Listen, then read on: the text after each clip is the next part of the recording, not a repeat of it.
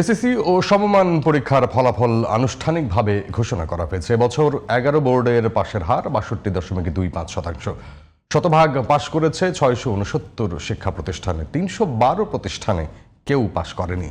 সকালে সচিবালয়ে শিক্ষামন্ত্রী ডক্টর আনম এহসানুল হক মিলন ফল ঘোষণার সময় এইসব তথ্য জানান। আরও জানান, এবছর শিক্ষার্থীদের খাতা পুনর্নিরীক্ষা পদ্ধতি চালু করা হয়েছে। বিস্তারিত মনিরুজ্জামানের রিপোর্টে। কেএসআরএম শেকড় থেকে শিখরে। এই রেজাল্টের ডিকোড যে পদ্ধতি আছে, আনুষ্ঠানিকভাবে প্রকাশ করা হলো চলতি বছরের এসএসসি ও সমমান পরীক্ষার ফলাফল। সকালে সচিবালয়ে শিক্ষামন্ত্রী আনম এহসানুল হক ফল ঘোষণা করেন। এ সময় উপস্থিত ছিলেন 11 শিক্ষা বোর্ডের চেয়ারম্যান। এবছর 11টি বোর্ডের অধীনে 18,29,485 শিক্ষার্থী পরীক্ষায় অংশ নেন।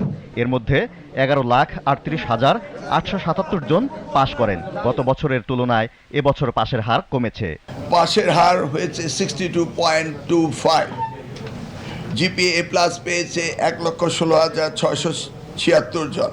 আগে পদ্ধতি ছিল, যদি কোনো স্টুডেন্ট রি এক্সামিন করতো তাহলে শুধু টেবুলেশন শিটটা দেখা হতো, সত্যিকার অর্থে ওই শিক্ষার্থী খাতা পাল্টিয়ে গিয়েছে কিনা এবং শিক্ষক যথাযথ নাম্বার দিয়েছে কিনা এই পুনর্পরীক্ষা করার ব্যবস্থাটি ছিল না। এবার আমরা আইনগতভাবে পরিবর্তন এনে সেই ব্যবস্থাটি রেখেছি। 9টি সাধারণ বোর্ডে 3 বিভাগে এবছর 6,62,663 ছাত্র এবং 7,41,876 ছাত্রী অংশ নেন। ছেলের চেয়ে মেয়েদের পাশের হার এবছরও বেশি। 2001 হতে 2006 পর্যন্ত যখন পরীক্ষা সুন্দরভাবে নকলবিহীন হয়েছিল, তখন এই জিরো পাস করার সংখ্যা এর 3-4 গুণ ছিল।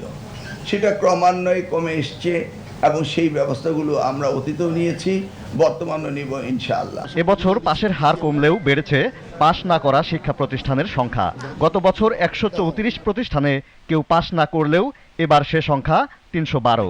আমাদের এমন একটা শিক্ষা ব্যবস্থা গড়ে তুলতে হবে যেখান থেকে আত্মনির্ভরশীলতা তৈরি হবে, কর্মসংস্থানের সুযোগ তৈরি হবে। সুতরাং আমরা একদিকে যেমন পাশ ফেল গুরুত্বপূর্ণ, বাট একই সাথে প্রয়োজন তারা কি তাদের সৃজনশীলতা, মেধা, যোগ্যতার নির্মোহ মূল্যায়ন পাচ্ছে কিনা, এবং মাননীয় শিক্ষামন্ত্রীর নির্দেশনায় সেভাবেই কিন্তু এবার আমাদের এসএসসি পরীক্ষা অনুষ্ঠিত হয়েছে। 15 সেপ্টেম্বরের মধ্যে দেশের সব কলেজে ভর্তি কার্যক্রম শেষ করে দ্রুত ক্লাস শুরু করা হবে বলে জানানো হয় সংবাদ সম্মেলনে। 22 লক্ষ শিক্ষার্থীর অংশগ্রহণে মনিরুজ্জামান, জিটিভি নিউজ, ঢাকা।